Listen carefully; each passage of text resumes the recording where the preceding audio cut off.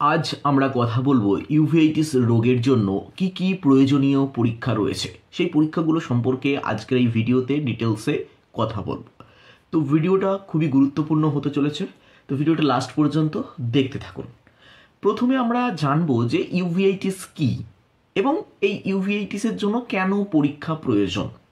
আমরা আমাদের আগের ভিডিওতে অলরেডি আলোচনা করেছি যে ইউভেইটিস কি, তবু আমি এক সংক্ষেপে বলে রাখি। ইউভেইটিস হলো আমাদের চোখে যে ইউভিয়া মানে যে মিডিল লেয়ার, সেই মিডিল লেয়ারের ইনফ্লামেশনকে আমরা একসঙ্গে বলে থাকি ইউভিআইটিস।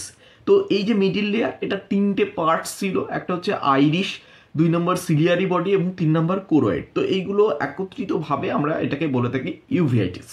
তো এই যে ইউভিআইটিস, এটা হলে কেন পরীক্ষার প্রয়োজন? তো এই ইউভিআইটিস বিভিন্ন কারণে হতে পারে, তো সেই কারণগুলো জানার জন্যই আমাদের পরীক্ষা নিরীক্ষার প্রয়োজন রয়েছে। এটা বিভিন্ন কারণে হতে পারে, যেমন ইনফেকশন, অটো ইমিউন ডিসঅর্ডার, চোখে আঘাত বা ট্রমা হয়ে, এবং আরও অন্যান্য রোগের উপসর্গ হিসেবেও এই ইউভিআইটিস দেখা দিতে পারে। তো এই কারণগুলো নির্ণয়ের জন্যই আমাদের এই পরীক্ষাগুলো প্রয়োজন।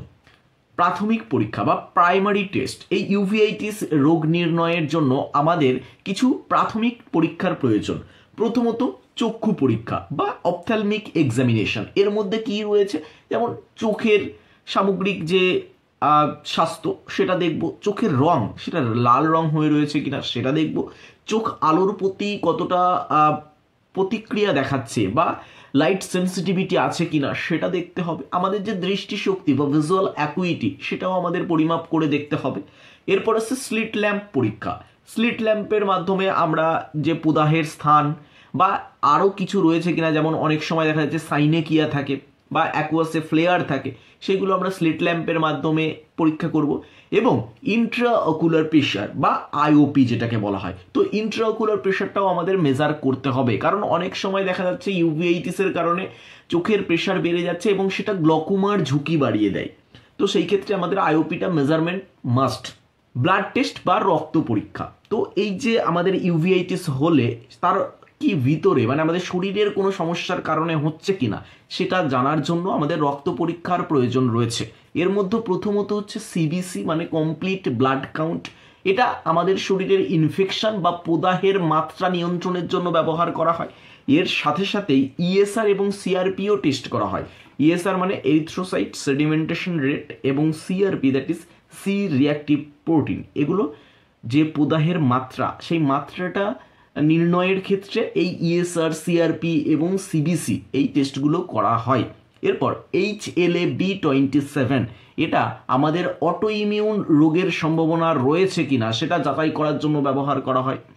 এবং last that is rheumatoid factor বা RA ফ্যাক্টর। এইটা কি হচ্ছে, আর্থারাইটিস বা আমাদের শরীরে অন্যান্য অটোইমিউন রোগের উপস্থিতি জানার জন্য এই RA ফ্যাক্টর টেস্টটা করা হয়।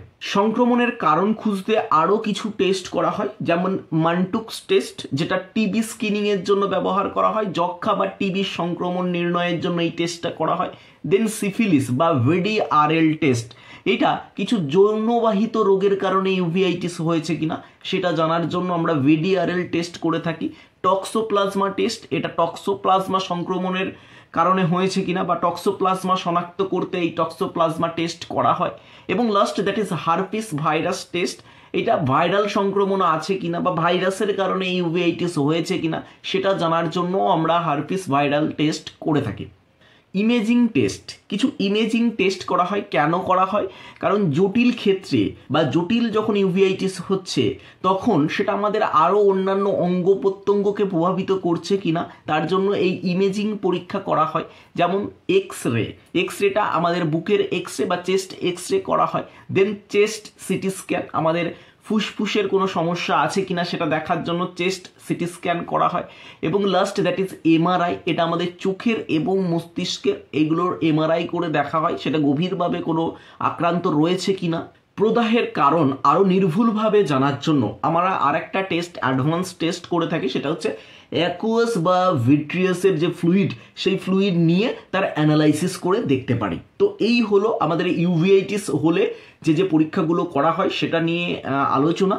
তো ভিডিওটা যদি আপনাদের ভালো লেগে থাকে তাহলে অবশ্যই ভিডিওটিকে লাইক করুন, চ্যানেলটিকে সাবস্ক্রাইব করুন এবং আরও নতুন নতুন ভিডিও পেতে বেল আইকনে ক্লিক করুন। ধন্যবাদ।